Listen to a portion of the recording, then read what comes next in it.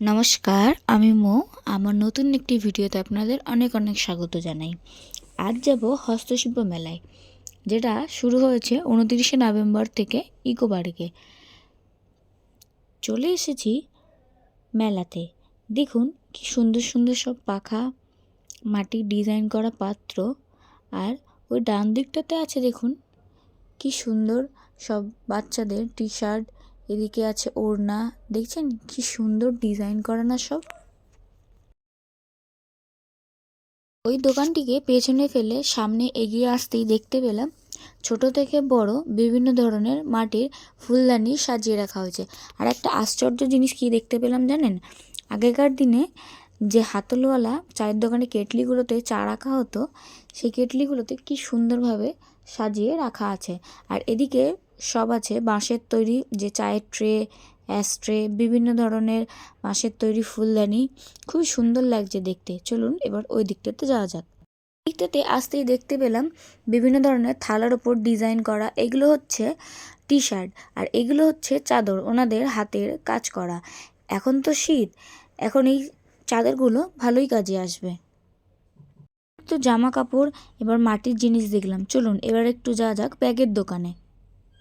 ব্যাগের দোকানদারকে জিজ্ঞেস করাতে ওনারা বললেন এই ব্যাগগুলো জুটের তৈরি।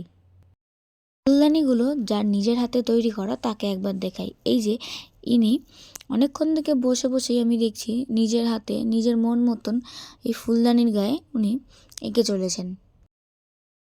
ফুলদানির পাশের দোকানটিকে দেখতে পেলাম এত সুন্দর সুন্দর জুয়েলারি বিক্রি হচ্ছে। তো আমরা মেয়ে, জুয়েলারি দেখে আকর্ষিত হব না? এটা তো কখনো হয় না। ওই জন্য চলে আসলাম এই জুয়েলারিগুলোর দোকানে। এখানে দেখতে পেলাম লাইন দিয়ে সব জুয়েলারি বিক্রি হচ্ছে। দেখুন কি সুন্দর ব্যাঙ্গেলস, কাপড়ের আছে, কাঠের আছে, বাঁশের তৈরি কিছু কিছু আছে, উলের তৈরি কিছু কিছু হার আছে। এই ব্রেসলেটটা দোকানদারকে জিজ্ঞাসা করাতে উনি বললেন 280 টাকা, আর এটা হচ্ছে 260 টাকা, একটু বেশি এক্সপেন্সিভ।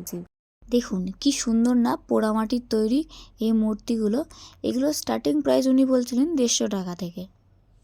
অনেকদিন ধরেই কাঠের চিরুনি খুঁজছিলাম, তাই কাঠের চিরুনি এখানে পেয়েও গেলাম। দেখুন বিভিন্ন রকমের শঙ্খ, এদিকটাতে আছে বিভিন্ন ধরনের পেতলের প্রদীপ, আর পিছন দিকটায় দেখুন কি সুন্দর দুর্গা মূর্তি পেতলের, অপূর্ব সুন্দর লাগছে। ছোট বড় সব সাইজেরই আছে। দেখুন বিভিন্ন ধরনের পেতলের জিনিস। দুটো দেখতে পাচ্ছেন ওই গণেশ মূর্তিটা, আর তার পাশেই আছে রাধাকৃষ্ণের দোলনা। রাধাকৃষ্ণ দোলনায় বসে দোল দিচ্ছে। আর এদিকে আছে বিভিন্ন ধরনের মূর্তি, আর এই দিকটাতে আছে কাঠের সরঞ্জাম। অনেক খোঁজাখুঁজির পর এই শাড়ির দোকানটা পেলাম। দেখুন শাড়িগুলো কি সুন্দর না। এই সাদা শাড়িটা আমার সবথেকে ভালো লেগেছে। ওনাদের জিজ্ঞেস করাতে ওনারা বললেন এক একটা শাড়ি বুনতে ওনাদের প্রায় 1.5 থেকে 2 মাস মতন সময় লেগেছে।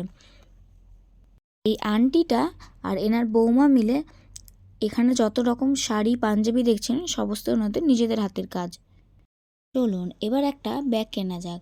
ব্যাগের দোকানে এসে যিনি বসে আছেন ওনাকে জিজ্ঞেস করাতে উনি বললেন ব্যাগ, এই টুপি, ঘরের যাবতীয় এই যে জিনিসপত্রগুলো আছে এইগুলো সব পাটের তৈরি। ব্যাগ নিয়ে কিছুটা এগিয়ে আসতে দেখলাম কি সুন্দর মাটির পঞ্চপ্রদীপ, ধুনুচি, প্রদীপ রাখার স্ট্যান্ড, ধূপকাঠি রাখার স্ট্যান্ড, বিভিন্ন যাবতীয় জিনিস উনি মাটির তৈরি করেছেন। দেখুন কি সুন্দর না হাতের তৈরি পুতুলগুলো। আর এদিকে দেখুন মা দুর্গার মূর্তি একদম ছোট্ট, আর পিছনেই আছে রাধাকৃষ্ণের মূর্তি। তো ওনাকে জিজ্ঞেস করাতে উনি বললেন এটি জুটের তৈরি। তা ওনাকে আমি কথায় কথায় জিজ্ঞেস করলাম যে এটি তৈরি করতে কতদিন সময় লেগেছে। উনি বললেন প্রায় টানা 100 দিন লেগেছে। সামনে একটা ঘর দেখতে পেয়ে আমি আর মা তো চলে আসলাম। এসে দেখছি ও বাবা, এগুলো তো এক্সিবিশনে গেছিলো, নিচে লেখাও আছে। দেখছেন কি সুন্দর সুন্দর মহামূল্যবান জিনিসগুলো যেগুলো এক্সিবিশনে গেছিলো। এই দেখুন যিনি শুয়ে আছেন অনেকে ধান আর জব দিয়ে তৈরি। আর এই দিকটাতে আছে আমাদের সবার প্রিয় লতা মঙ্গেশকর, আর পাশেই আছে পোড়ামাটির তৈরি প্যাঁচা, তার পাশেই আছে মার্বেলের তৈরি দুর্গা ঠাকুর। পাশটাতেই আছে একটা জলের পাত্র, হাতে টানা রিকশো, আর এদিকটাতে আছে কি সুন্দর একটা দুর্গা ঠাকুরের মূর্তি। ভিডিওটি তাহলে আজকে এখানেই শেষ করছি। আপনারা ভালো থাকবেন, সুস্থ থাকবেন, সাবধানে থাকবেন। আমার ভিডিওটি ভালো লেগে থাকলে অবশ্যই একটি লাইক, কমেন্ট, চ্যানেলটি সাবস্ক্রাইব করে দেবেন। দেখা হচ্ছে নতুন একটি ভিডিওতে। টাটা।